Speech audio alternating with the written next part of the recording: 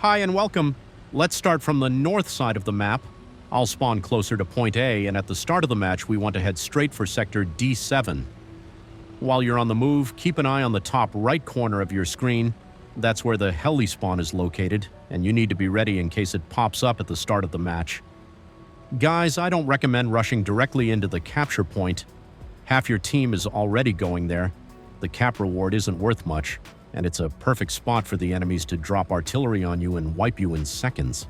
Every second matters at the start of this match. Just ignore the capture point and turn left once you pass it. Move up this hill instead. From here, you get a perfect view of enemies rolling into Sector E5, trying to destroy anyone leaving the cap. If we ignore the capture reward, we more than make up for it by securing a strong position early on.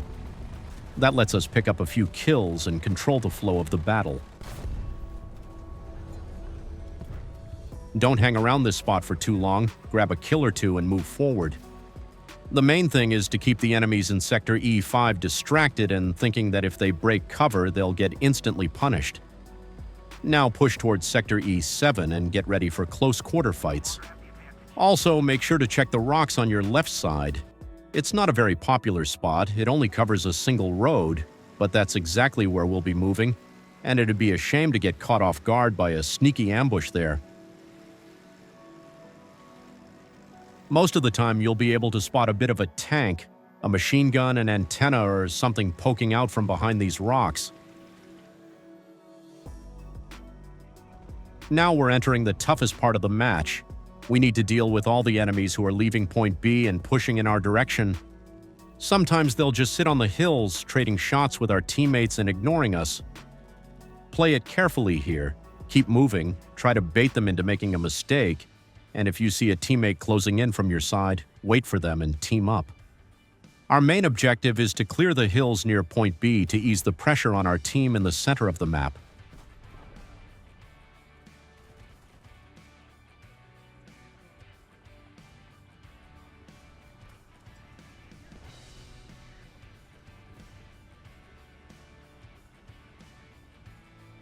Make sure to check center map before you crest the hill to take a shot. Most of the time you'll get taken out not by enemies directly in front of you, but by guys lurking near the balloons in center, so keep that in mind.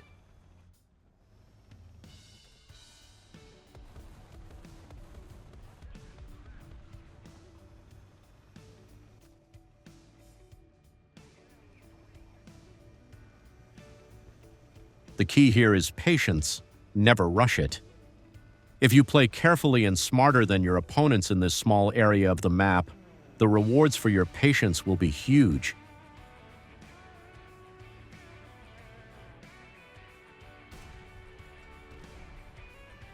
Boys, keep in mind that the cargo containers in front of you aren't ultimate cover.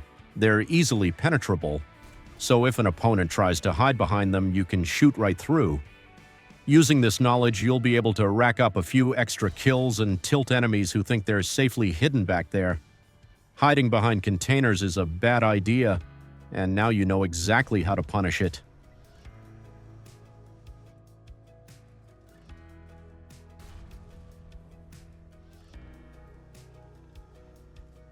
By the way, I'm describing the worst-case scenario here, when a part of the enemy team is there to meet us.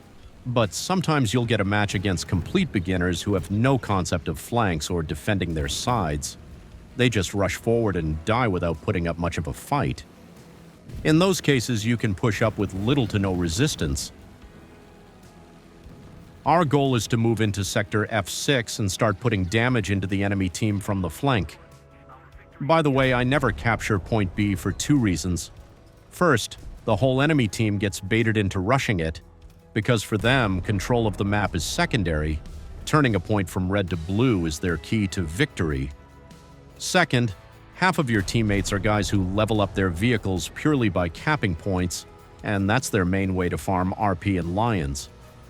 So I leave that job to them. For me, it's more important to take up a key position and deal damage from the side instead of sitting in a big pile on the capture. So while your team is busy with the main objective, capturing points, we can focus on a secondary mission, wiping out the enemy team from this hill. It's a powerful spot that lets us oversee nearly the whole map, but keep in mind, if you can see half the map from here, it means half the map can see you too. So you need to play smart up here. We start picking off enemies in the center of the map, working from right to left while gradually moving up the hill. 9 out of 10 times, once you get into this spot, the match is already over for the enemies. We walk away with a ton of kills. It's an absolute monster position that lets you spawn camp both of their spawns while staying fairly well covered. Of course, you'll need to practice it a few times to get a feel for when it's safe to push up the hill for a shot, and when it's smarter to stay hidden lower down. But over time, you'll learn to rack up a solid number of frags using this strategy. Guys, before we move over to the other side of the map, I want to say a few things. First, I owe you an apology for my last video, where I explained how I farm Gaijin coins on the marketplace. I honestly hadn't expected it to get that much attention in such a short time, and it temporarily broke that method of earning. So if you were using the same trick I was, I'm sorry it fell apart so quickly. Second, I want to thank all of you for watching my videos and helping this channel grow. It really means a lot to me. And of course, a huge thanks to the best of the best, those who clicked join and became members of the channel. Your support makes a huge difference, and I appreciate it more than you know. Guys, in one of my previous videos, I already showed a monster spot we can use on this map when we're spawning from the south, and it's still incredibly strong. In that video, I made a mistake and forgot to explain how to play it in tanks with poor gun depression. So just a quick reminder, our main objective here is to get to Sector D7.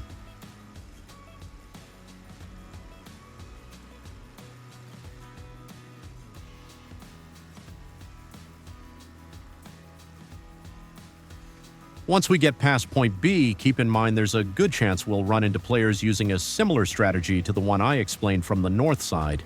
As soon as we win that close quarter fight, we can move up onto this hill.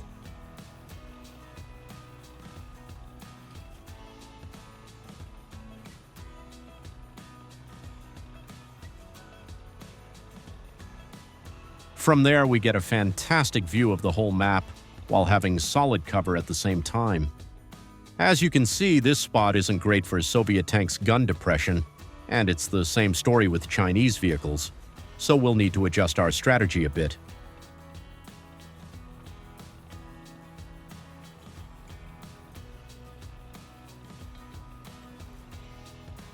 We should move forward slightly along the shoreline.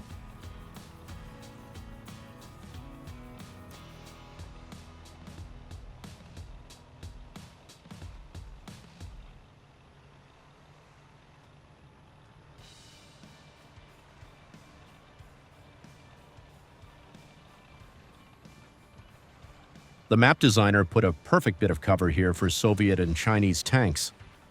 Our view isn't quite as good as from the previous spot. We lose some visibility on the enemy spawn, but we still get a huge view over the map and plenty of opportunities to rack up kills.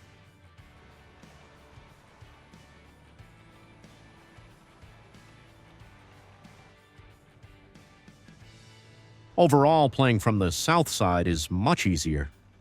We don't need any additional info aside from what the enemies are going to do, and we already know that from the north side strategy. Essentially, all you need when you're spawning south is to remember two positions.